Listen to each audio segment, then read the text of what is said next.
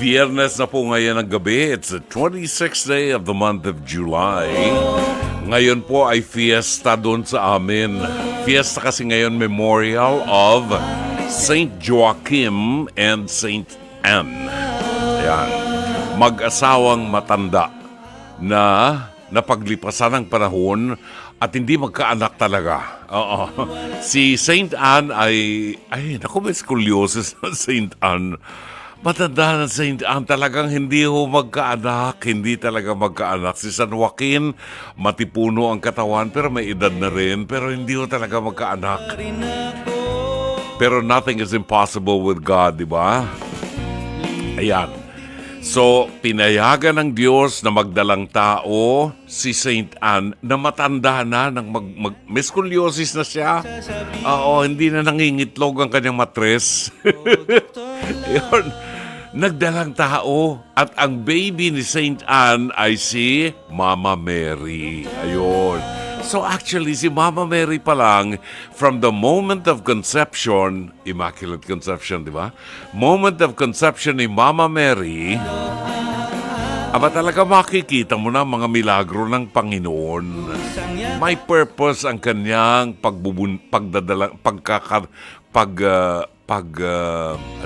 ang pagbubuntis ni Saint Anne kay Mama Mary. Yon, ang gandang pagkwentuhan po yan, yung buhay ni Santa Ana at saka ni San Joaquin. Ito si Brother June Banaag, nag-aanyaya sa inyo. Samahan kami hanggang mamayang alas 11 ng gabi. It is now 9:44. Napapakinggan po tayo sa 92.3 Radyo 5 True FM sa buong Mega Manila na sumasako po sa Metro Manila, Central Luzon, Calabar Zone at Mimaropa. Tayo rin po ay sabay na napapakinggan at napapanood sa Facebook page ng 92.3 True FM. Pakishare lang po ang ating live stream ng ating episode ngayong gabi. At syempre sa ating mga kapatid, i-follow, like, and share ang ating social media accounts. Ito po ay ang Radyo 5 True FM sa X, formerly Twitter, Threads, Instagram, Facebook at TikTok. Huwag hong kalimutan i-subscribe sa ang ating Radyo 5 True FM YouTube channel. Yan. And press the yellow basket. Para naman sa mga nais maging bahagi ng ating programa, makibahagi sa programa natin sa pamagitan po ng inyong mga kasaysayan ng buhay, kasaysayan ng tagumpay, pagdadalamhati, problema, whatever. Pwede ko kayo magpadala ng inyong mensahe sa Dr. Love Facebook Messenger o dili kaya ay tumawag po sa ating hotline sa 863-15788 at 863-16674. Ngayon po ay Biyernes ng gabi and I apologize. Hingi na po ng paumanhin sa inyo sa mga nag-aantabay ng ating chumachenes, ng ating mga awiting kundiman. Ang lolo nyo, nalimutan yung aking USB na inihanda ko yung mga awitin na itatampok sana natin ngayon. Maaga kaming umalis ng bahay, nahalimutan ko yung USB. So, I promise you, ang gaganda ng music na inihanda ko ngayon para sa inyo na, sino bang ating technician ngayon? Wala si Aaron.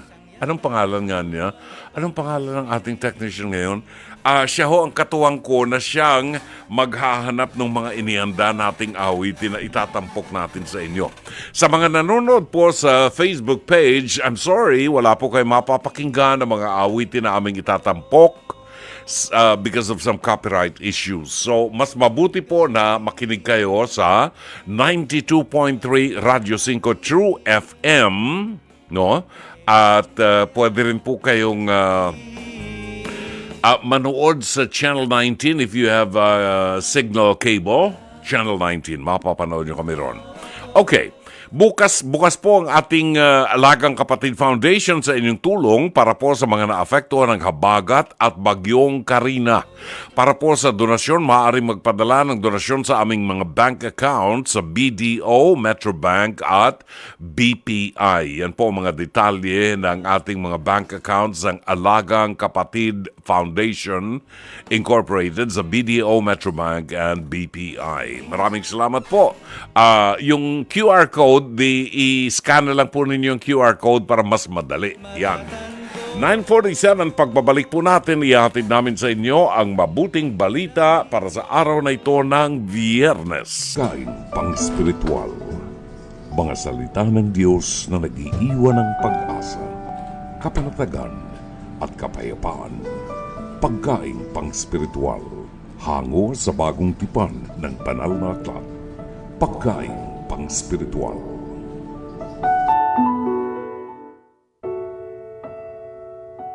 Narito ang ating pagkaing pang spiritual sa araw na ito ng Biyernes, ika-26 ng buwan ng Hulyo, kafiyasahan ni Saint Anne at saka ni Saint Joachim, San Joaquin at Santa Ana. At sa araw na ito, atin pong ipinagdiriwang din ang araw ng mga lolo at mga lola. So sa lahat ng mga lolo at mga lola na mga nakikinig sa atin ngayon, magandang gabi at maligayang araw ng pagpapahalaga sa mga lolo at lola na siyang nagpapamper sa kanilang mga apo. Ang mabuting balita ay matatagpuan sa 13 kabanata ng Ebanghelyo sang-ayon kay San Mateo, talata 16 hanggang 17. Subalit pinagpala kayo sapagkat nakakakita ang inyong mga mata at nakakarinig ang inyong mga tainga. Tandaan ninyo, maraming propeta at matutuwid na tao ang naghangad na makita ang inyong nasasaksihan at marinig ang inyong napapakinggan. Subalit hindi nila ito nakita ni narinig. Mga kapatid, ang mabuting balita ng Panginoon. Pagkain pang spiritual. Mga salita ng Diyos na nag-iiwan ng pag-asa, kapanatagan at kapayapaan. Pagkain pang spiritual. Hango sa bagong tipan ng banal na aklat. Pagkain pang spiritual.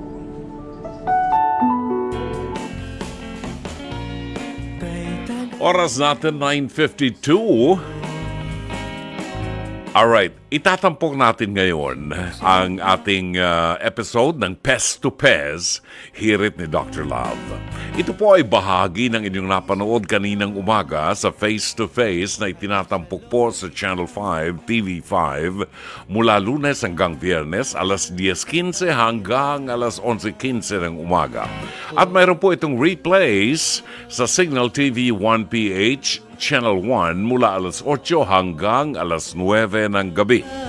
Kung nais ninyong magkomento, maaari kayo magpadala ng mensahe sa Dr. Love Facebook Messenger o kaya ay mag-comment sa ating live stream.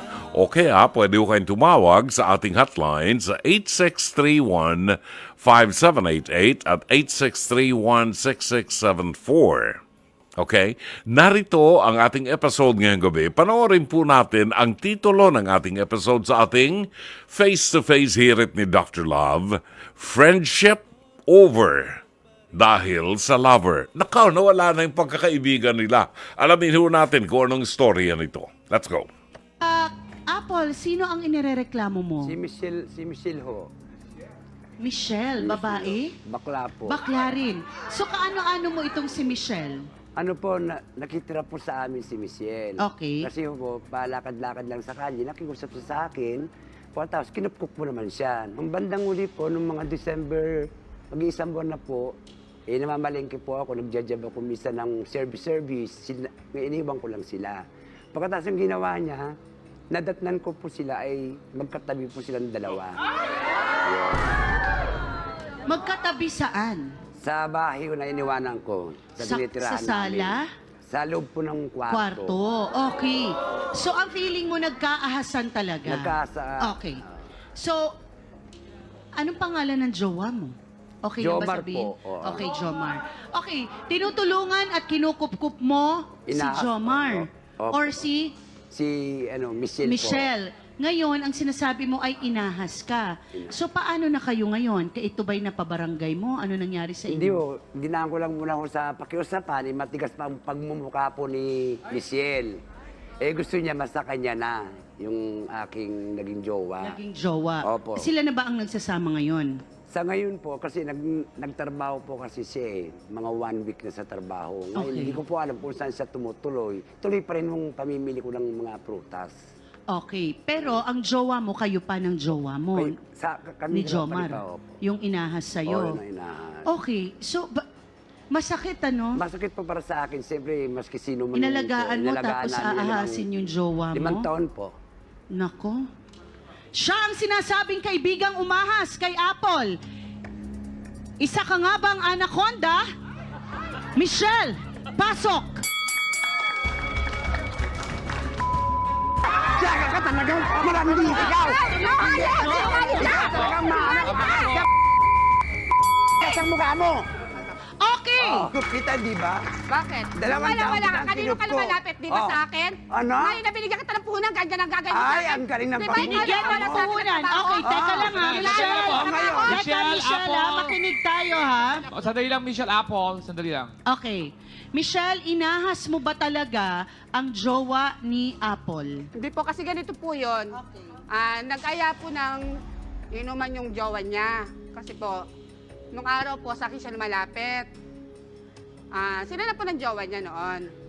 Tapos yung jowa niya, kilala ko rin po, barkada ko rin po Bakit siya lumapit sa'yo? Akala ko ikaw ay kinupkup ni Apple. Opo, kasi ganito po yun. Nung walang-wala po siya, kasi maganda pa po yung trabaho ko noon. Salon po kasi ako eh. Tapos siya, walang-wala. Sa akin sila lumalapit ang jowa niya. Kung anong kailangan ng ganito. Pera, gano'n, pagkain. Tapos, nung natanggal ako sa trabaho, gawa niya rin po. Siniraan niya ako. Mamaya na, Apple. Sige lang. Siniraan niya ako, natanggal ako sa trabaho. Hindi po ako nagreklamo noon, hindi ko siya kinumpron. Kasi bakit kamo? Kasi tinuturing ko siya kaibigan. Kasi mas matanda nga siya sa akin. Siya na lang yung nilalapitan ko rin pag may problema ako. Ang ginawa niya sa akin, siniraan niya ako sa amo ko. Hindi ko naman po Anong in-expect. paninira ito? Kasi daw po malikot ang kamay ko, magnanakaw daw po ako. Pero alam po na mga kapitbahay namin na wala akong ninakaw. Kaya isa kesin kunduling wala po akong ninakaw. Siya lang po ang bukod tangi na nanira sa akin nung meron na po siya sa akin na hita. Sila dalawa ng boyfriend niya. Tapos yun nga po, wala na akong trabaho, nakitira ako sa kanya. Kinupunan po niya ako. Pagkukup niya sa akin, nagaya po ng inom yung boyfriend niya sa bahay po nila.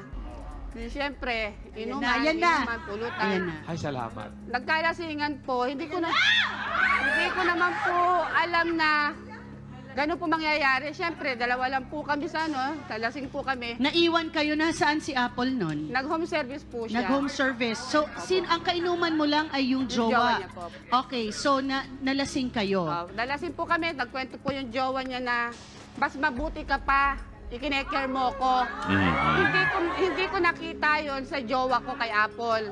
Sabi ko, hindi, mahal ka ni Apple, kaya nga siyo nagwo-work. Para Sabi mo sa'yo. pa yun. Opo, para sa'yo. Pero diretsahang tanong, may nangyari sa inyo nung gabing iyon? Ayun naman. Okay, narinig natin ang panig ni Michelle. Ngayon naman, pakinggan natin ang panig ni Apple. Okay. Apple, bakit parang ang dating ay mas nagkikare daw itong si Michelle kay jowa mo kesa sa'yo? Paano nangyari? Paano po kasi palaging wala ako sa bahay. Okay. Naghahanap buhay ako para sa amin din. Ang ngayon na nagiging sitwasyon sa amin, inaahas pala ako nitong isa. Pag wala po ako, nadatnan ko sila, nakahiga lang sila.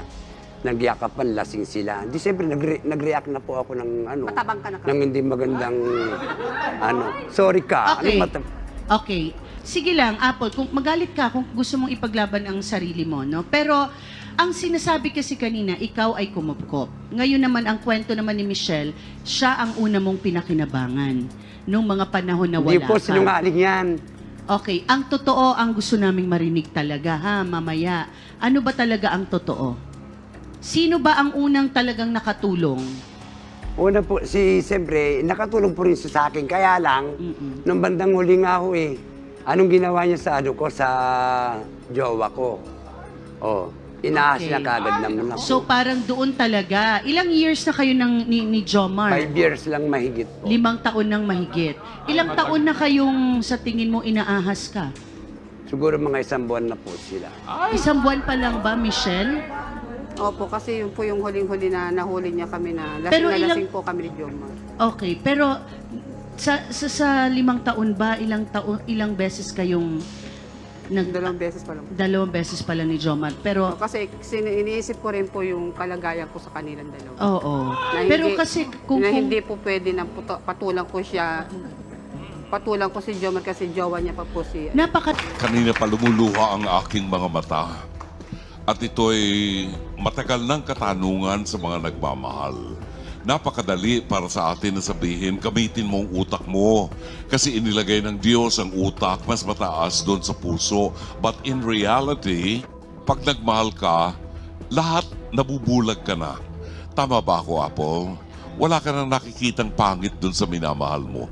Kaya nga sa isang relasyon ng mga gays at straight, inaasahan ang loyalty o yung faithfulness o katapatan sa pagmamahalan.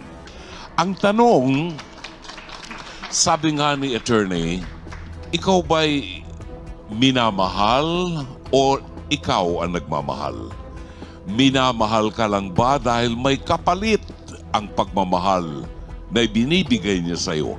Sa isang tunay na nagmamahal, hindi po tayo naghihintay ng kapalit.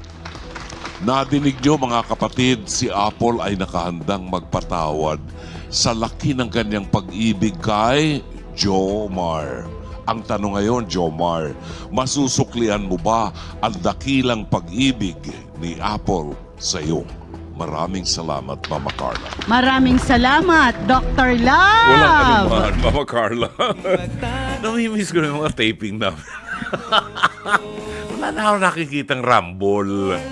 Ang katotohanan po niyan talaga, itong si Michelle, inamin naman niya na inanakonda niya ang jowa ni Apple. Kahit na nakatulong ka, kahit na tinulungan ka niya, wala yun eh. Ang mahalaga rito, yung pagbibigay mo ng respeto doon sa iyong kaibigan kung tinuturing mong kaibigan. Kasi, wag mong sabihin sa akin na lasing kayo kung ayaw ka. Hindi po pwede yun. May intention ka, may nakita ka na gusto mong, ichorba. Di ba? Yun ang purpose noon. Ay, itong si Jomar naman, na syota ni Apple, kachorba-chorba ba naman to? Bakit yung karap ko rito sobrang pagkakailing? Anyway, sana mag-iwan po ng aral sa atin to, no? Na ang ating pakikipagkaibigan, kinakailangan po, protektahan din natin at huwag nating saktan ng kalooban at pagtraidoran ng ating kaibigan, nakatulong man o hindi. Babalik ang programa natin, it's 10:03. 10:15. Navidad kasi is Christmas. Jose Feliciano, natatandaan ba ninyo? Ito yung may diferensya sa kanyang paningin, di ba? Bulag siya, bulag. Pero napakaraming hits ang nagawa niya. Magandang gabi kay Yek Lopena. Buwabati po na magandang gabi po sa San Pedro, Laguna. At si Dorina Villaruz Figueroa ng Gagalangin Tondo. Maraming salamat. Si Roberto Ignacio ng Pasay City. Buwabati ng happy weekend. Brother June, 55 kaarawan po ng kaibigan ko na si J. Lo noong Miyerkules. 55 na si J. Lo? Talaga? Pa-shoutout naman po kay Aljane Formentos, Izzy Antarayo at Bea Ramos Andaya. Palagi pong present buhat sa Pasay City, buhat kay Roberto Ignacio, Shari Picho ng Seattle, Washington, Francis Anthony Gador ng Antipolo City, sabi niya Dr. Love. while waiting for the Olympic Games Paris 2024 opening ceremony na mapapanood po sa One Sports mamayang 1:30 a.m. Laban Pilipinas. Ayan. Francis Anthony Gador. Abangan ko nga yan pag-uwi ko sa bahay mamaya. Ha? Al Villaflor ng San Pedro Laguna. Magandang gabi ho sa inyo. Eleni Hungko. Binabati natin ng magandang gabi. Siyempre ho. Angelita Banato ng Pateros. Lina Ho ng Plaridel, Bulacan. Susan Reyes Montinola ng San Pedro Laguna. Nandyan kami sa Laguna bukas ha. Sisilipin natin yung ating farm dyan sa Pila, Laguna. Tingnan natin kung anong nasira ng bagyo. Marvin Riabad ng North Caloocan, Elvira Cabahug. Magandang gabi. Carmelita Lina Neira ng Hong Kong. Ang ating mga kababayang Pilipino sa Hong Kong. Magandang gabi sa inyo. Lori Feria Flores, good evening buhat sa Pasay at Lilian Panaligan Buen ng Parañaque City. Ang binabati natin ng magandang gabi at happy listening. Ang atin pong oras ay ganap ng 17 minuto makalipas ang alas 10 ng gabi. Ang programang Dr. Love Radio Show ay sumasa inyo po Lunes hanggang Biyernes dito po sa himpilang ito ng 92.3 Radio 5 True FM. Alas 9:30 hanggang alas 11 ng gabi. Mamayang alas 10:30, itatampok natin ang isang liham kasaysayan buhat po sa ating tagapakinig. At sakali po na meron kayong mga suliranin na gusto po ninyong ibahagi sa ating programa, maaari po kayong magpadala ng inyong mga mensahe o liham kasaysayan sa ating Dr. Love Facebook Messenger. O dili kaya po ay mag-comment sa ating live stream. Pwede rin po kayong tumawag sa ating hotline sa 863-15788 at 863-16674. Grabe ang salanta sa atin itong habagat na ito at itong bagyong si pangalan ito, Karina. Ano? Yun, ang daming naapektuhan tayo mga kapatid. Kung sakali po na meron kayong mga gustong maitulong, maaari kayong magpadala ng inyong pagsuporta sa atin pong Alagang Kapatid Foundation sa inyong tulong para sa mga naapektuhan po ng habagat at bagyong Karina. Para sa donasyon, maaari po kayo magpadala sa aming mga bank accounts sa BDO, Metro Bank at BPI. Alagang Kapatid Foundation account sa BDO, sa Metro Bank at sa BPI. Naka-flash din po ang QR code sa ating screen kung saan pwede rin kayo magpadala ng inyong tulong para makarating po sa ating Alagang Kapatid Foundation.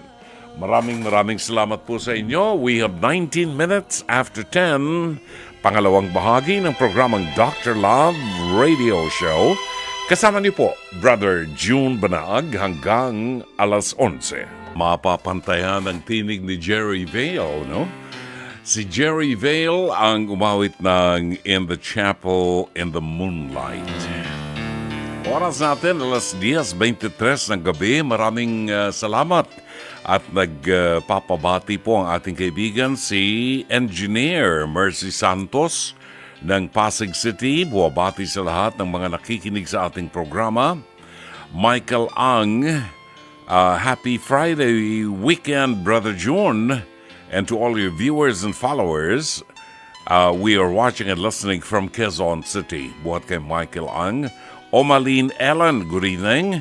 Si Delbert the Wee Alcantara ng Davao de Oro, Mindanao. Miss G. Alindogan ng San Pedro Laguna, binabati natin. Santa Rosa pala, I'm sorry. Santa Rosa, Laguna, magandang gabi at happy listening. Julieta Sukitan ng Macau. Wow, tagal na natin hindi nagagawin ng Macau. Dolores Borse Mendoza Chato Saavedra sa Cluti ng Quezon City. Emerson Alvarez ng Cainta, magandang gabi sa inyo. Pag nababanggit yung Macau, parang pinapangarap kong makakain muli ng, ano nga yung duck? Peking duck. Talagang kahit isang buong Peking duck, mauubos ko. Egg tarts ba ang hinahanap mo doon sa, sa Macau? Yun. Peking duck sa akin, okay na. Edwin Romero, good evening, Brother June. Watching you live via Facebook here in the City of Angels in Los Angeles, California. Pa-check po ng attendance. Magandang gabi sa inyo dyan sa LA. Vanji Galaes Bayona, good evening. Noni Gaud, watching from Barangay Bonbon, Ocania, Karkar, City of Cebu. Shout out kay Mayora Pastries, ano yun? Mayora's Pastry Shop. Nag-commercial ka pa. Masarap ba dyan? Leo Javares, good evening. Buhat sa Puerto Princesa City sa Palawan. Ayan. Hindi tayo nagagawin ng Palawan ngayon. Pero napasyal tayo minsan dyan to reminisce the beauty of Palawan. Dyan po ako lumaki. I think we stayed in Palawan for 10 years. So marami tayo nakilala dyan. Dyan ako lumaki sa Puerto Princesa, Palawan. Maraming salamat sa inyo, ha? 25 minutes after 10, batiin lang natin ang magandang gabi at happy listening. Baka magtampo, hindi natin mabati ang ating mga kaibigan buhat sa Metro Davao. Ang kaibigan natin si Amadeo Giorgio Gonzalez and si Mami Lorleen Gonzalez. Si Zenny Raimundo ng Sirendra, dyan po sa Bonifacio Global City. Si Zenny Dayang Hirang, si Mariví Viola na isa na ring lola, Myra Bulisa Ilina, isa ring lola, at si Elizabeth Villa Gonzalo na isa ring lola. Alright, batiin natin si Edna Calleja na siyang nakakaalam ng ating itineraries, na siyang nag-aayos ng itinerary natin sa ating Marian Shrines Pilgrimage. Kasama rito ang Padre Pio, no? This will be on October 25 until October 5 until October 21. October 5 to 21 of this year. Tayo po at ang kasama nating mga Dr. Love Pilgrims ay magtutungo sa iba't ibang lugar sa Europa. Kasama dito ang Lisbon, Portugal, Fatima, Avila, sa Madrid. Pupuntahan po natin ang Sagrada Familia Church. Magtutungo tayo sa Our Lady of the Pillar Cathedral. Magtutungo tayo sa Barcelona, punta tayo ng Montserrat para puntahan at dalawin ang Our Lady of Montserrat. Magtutungo tayo sa Lourdes, France para magbigay pugay sa mahal na Birhen ng Lourdes. And then magtutungo tayo buhat sa Grotto ng Masabiel. Pupuntahan po natin ang Nevers, France, kung saan matatagpuan natin ang hindi na agnas sa katawan ng visionary ng Our Lady of Lourdes, si Saint Bernadette Soubirous.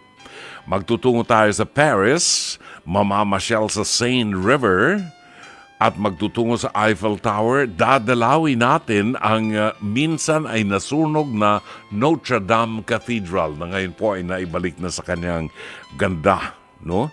At siyempre, magsha-shopping tayo sa Champs-Élysées. Lahat ng mga euro na dadali natin, itatapon natin sa Champs-Élysées. Magtutungo tayo sa iba't ibang bahagi ng Roma. Hindi natin palalampasin ang St. Peter's Basilica, kung saan nandun si Pope Francis. At ako'y magkakape kasama ni Pope Francis sa kanyang kwarto. And then, tutunguhin po natin ang Shrine of Padre Pio sa San Giovanni Rotondo sa Italia para makita ninyo ang hindi na agnas na katawan ni Padre Pio na hanggang ngayon ay naroroon pa. Marami pa tayong pupuntahan lugar. Pwede kayo makapag-ugnayan kay Edna Calleja. Ang telephone number ni Edna Calleja ay, pakilagay naman, 0925-752-2220. Si Edna Calleja, hindi po siya makakasama sa ating paglalakbay, no? Kasama natin si, anong pangalan nito? Nalimutan kong pangalan. Mark Herrera, ang makakasama natin. Si Edna Calleja ang nakakaalam po ng mga itinerary na mapupuntahan natin. Edna Calleja, pwede kayo mag-text sa kanya ngayon to inquire para makasama kayo sa ating pilgrimage. Kasama po ninyo ko rito the whole time. Ang kanyang number, 0925-752-2230. No? 0925-752, hindi ba 2230 yun? O whatever. 2220. Tama. 0925-752-2220. Yon. Edna Calleja. Maraming salamat.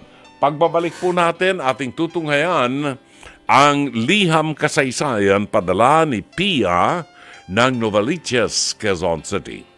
Oras natin, 10:30.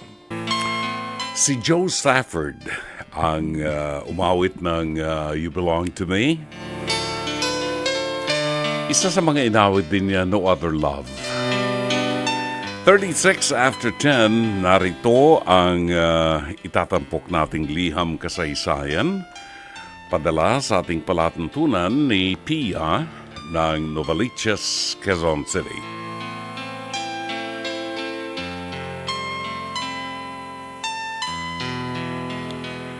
Dear Dr. Love, magandang gabi po sa inyo at sa lahat ng bumubuo ng inyong programa sa Radio 5. Sana po ay okay kayong lahat sa mga sandaling ito. Tawagin niyo po ako sa pangalang Pia. Ako po ay mula sa Novaliches, Quezon City at nagtatrabaho sa isang startup media company dito po sa Mandaluyong. Pwede niyo rin po akong tawaging Marites. Dahil sa problemang ibabahagi ko sa inyo tungkol sa katrabaho namin. Itago natin siya sa pangalang Kay. Si Kay ay mahilig mangutang sa akin at sa iba pa naming katrabaho. Pinapautang naman namin siya pero dumating na po sa puntong hindi na siya nagbabayad sa amin. Kung magbayad man, inaabot ng ilang buwan at hindi pa buo. Ang masama pa nito, nalaman naming umorder pa siya ng mga damit sa isa naming kakilala at nakigamit pa ng credit card ng boss namin para lang makabili ng 4 na pares ng rubber shoes. May kinuha rin siya sa akin noon na 4 na pabango at ibinigay pa niya ang 3 rito sa kanyang mga kaibigan. Hindi na niya ito binayaran kahit ilang beses kong sinisingil hanggang pinabayaan ko na lamang para wala nang gulo. Now, 3 weeks ago, humiram din siya sa akin ng 2,500 pesos para pambayad niya ng utang. Nag-promise siyang bayaran ako within the day, pero 500 pesos lang ang binayad. Hanggang ngayon, pati ang sideline kong pagbebenta ng ulam, pinatos pa rin niya. Mahigit 1,000 pa ang utang niya rito. Nalaman ko ring hindi na siya nakakapaghulog sa paluwagan namin, kaya galit na galit sa kanya ang garantor niya. Lagi siyang nagdadahilan na kesyo nawalan daw ang ATM card niya. Ang masama pa nito, in-unfriend niya sa Facebook ang matagal na niyang kaibigan dahil hindi siya pinagbigyan pautangin.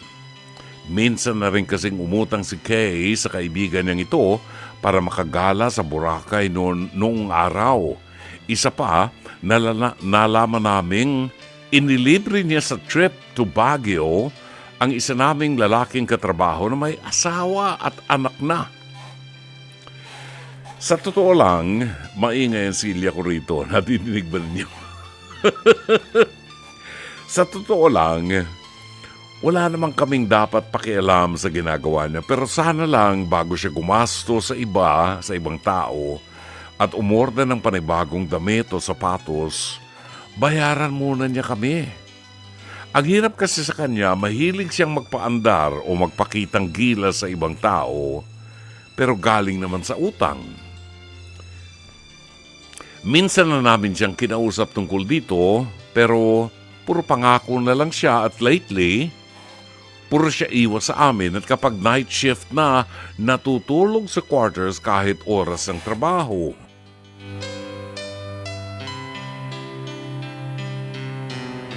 Ano po ba ang dapat naming gawin, Dr. Love? Ang lakas kasi ng personality niya at masyado siyang maingay. Masyado rin siyang scheming at manipulative at pinapalabas niyang inaapi namin siya tuwing sinisingil namin. Sana po ay mapayuhan niyo kami sa dapat naming gawin, Dr. Love. Super salamat po sa inyo. God bless.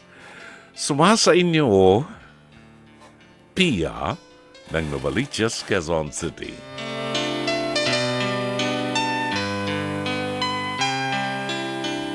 Alam mo, Pia, parang para tayo na sa face-to-face nito. Ganito ang kadalasan ng mga cases na nakikita namin sa face-to-face. Merong mga taong talagang, nako, ang galing mangutang.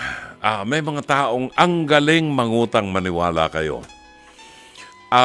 Manipulative, well, nasa sa inyo yun kung pumapayag kayong mamanipulate kayo.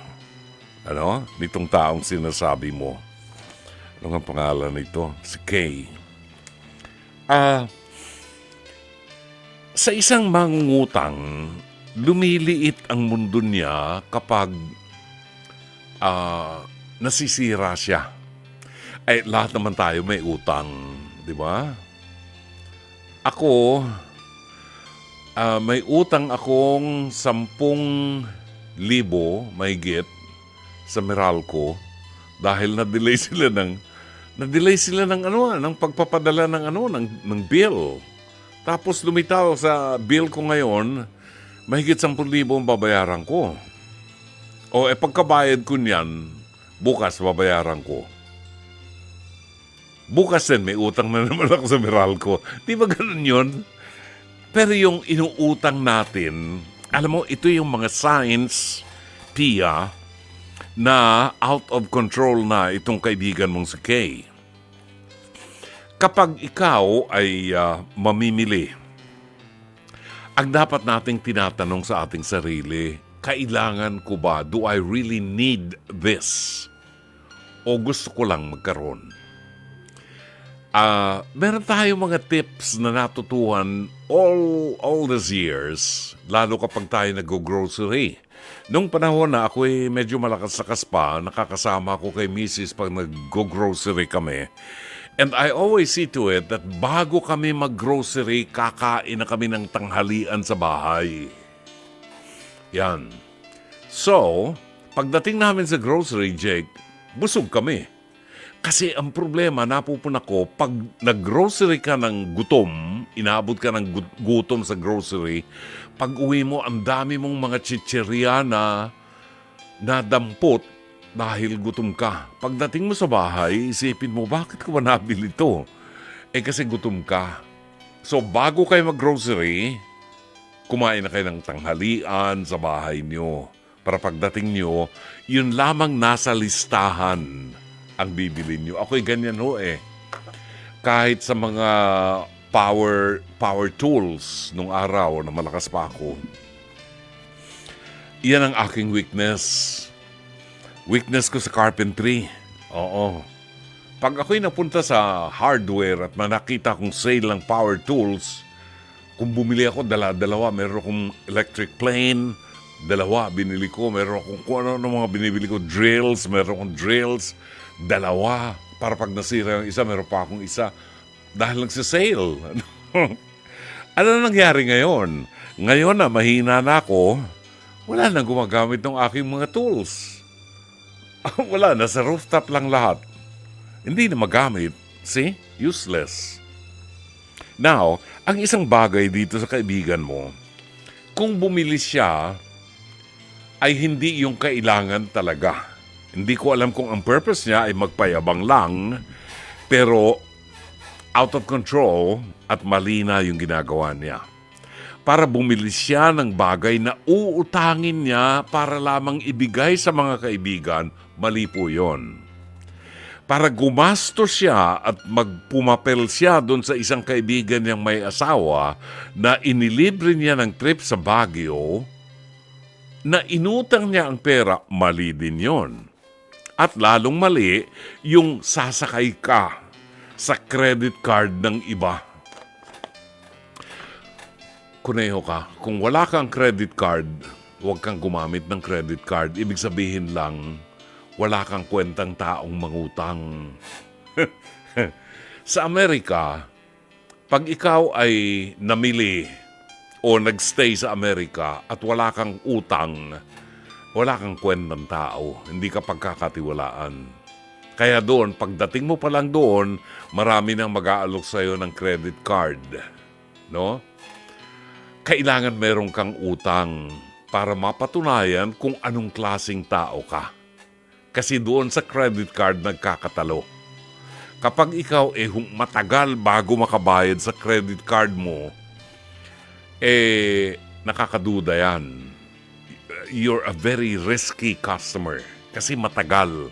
Ang binabayaran mo lang yung minimum doon sa bill ng credit card.